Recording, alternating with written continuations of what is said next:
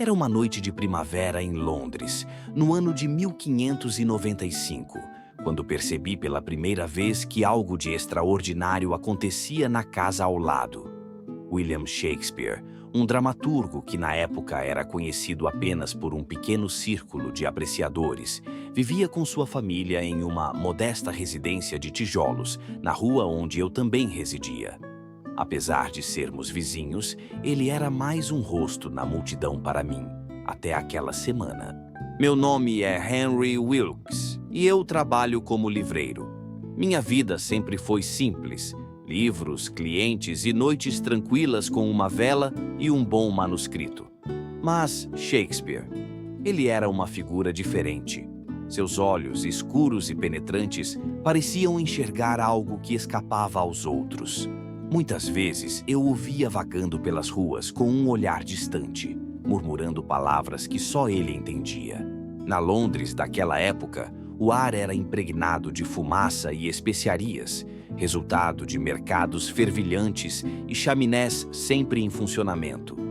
A cidade era um mosaico de vozes e cheiros, com carroças rangendo nas ruas de pedra, vendedores gritando suas mercadorias e crianças correndo entre becos estreitos.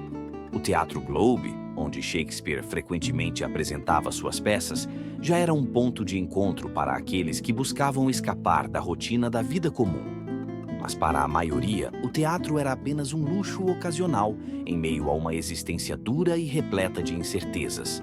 Certa noite, enquanto eu fechava minha livraria, percebi uma luz bruxuleante vinda da janela do sótão da casa de Shakespeare. A hora já era avançada e a cidade estava mergulhada em silêncio, exceto por aquele leve brilho que parecia pulsar. Intrigado, fiquei na calçada por um momento, observando. Era como se algo mágico estivesse acontecendo ali dentro, e minha curiosidade começou a crescer. Nos dias que se seguiram, percebi um padrão. Shakespeare mal saía de casa. Quando o fazia, era para caminhar até a margem do Tâmisa, onde ficava por horas, observando as águas e rabiscando freneticamente em um pequeno caderno. Depois, ele voltava para o sótão, onde a luz ficava acesa até o amanhecer. No início, achei que ele estivesse trabalhando em mais uma de suas peças, mas havia algo diferente desta vez.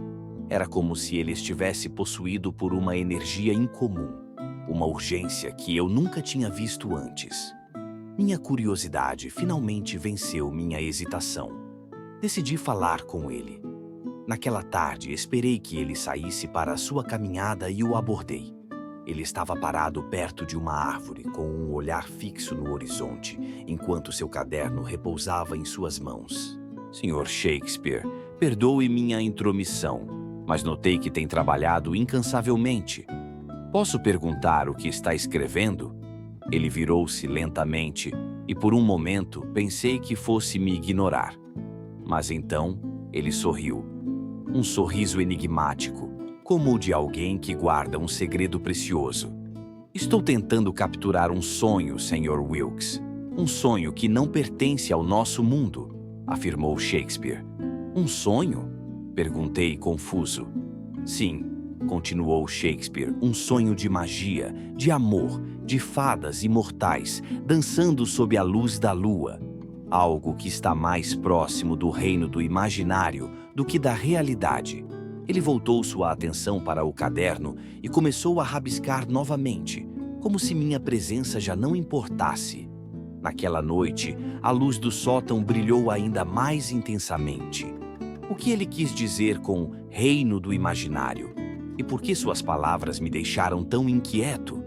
Mais tarde, naquela mesma semana, tive a oportunidade de ver o que ele estava criando.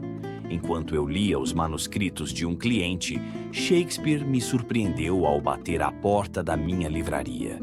Ele segurava um pergaminho enrolado e seus olhos brilhavam com uma intensidade quase sobrenatural.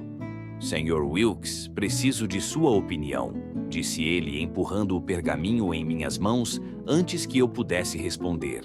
Desenrolei o pergaminho e comecei a ler.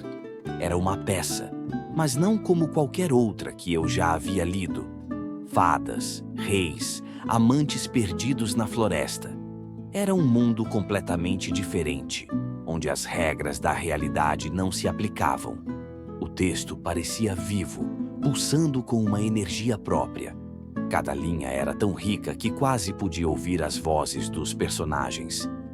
"Isto é maravilhoso", murmurei, incapaz de encontrar palavras melhores. "Chamarei de Sonhos de uma Noite de Verão", disse ele. E então, sem esperar uma resposta, virou-se e saiu. Naquela noite, não consegui dormir. As palavras da peça ecoavam em minha mente. Imaginei os atores no palco, as luzes iluminando seus rostos enquanto eles recitavam aquelas falas mágicas. Eu sabia que Shakespeare havia criado algo extraordinário, algo que transcenderia o tempo. As semanas seguintes foram um turbilhão. Shakespeare começou a reunir atores para os ensaios e o sótão de sua casa se transformou em um pequeno teatro. Os sons de risos, discussões e música enchiam a rua todas as noites.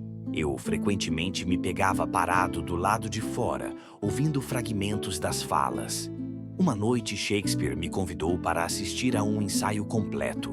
A sala estava cheia de pessoas e a energia no ar era eletrizante. Quando a primeira cena começou, fui transportado para outro mundo. Era como se o próprio espírito do sonho tivesse descido sobre nós. E então, em uma noite estrelada, a peça foi apresentada ao público pela primeira vez. A plateia ficou extasiada. Os risos, os aplausos, as expressões de pura maravilha.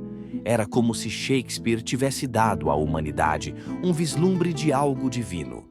Mas, para mim, o mais misterioso era como ele havia capturado aquilo. Como alguém podia traduzir sonhos em palavras com tanta perfeição? Eu nunca soube a resposta.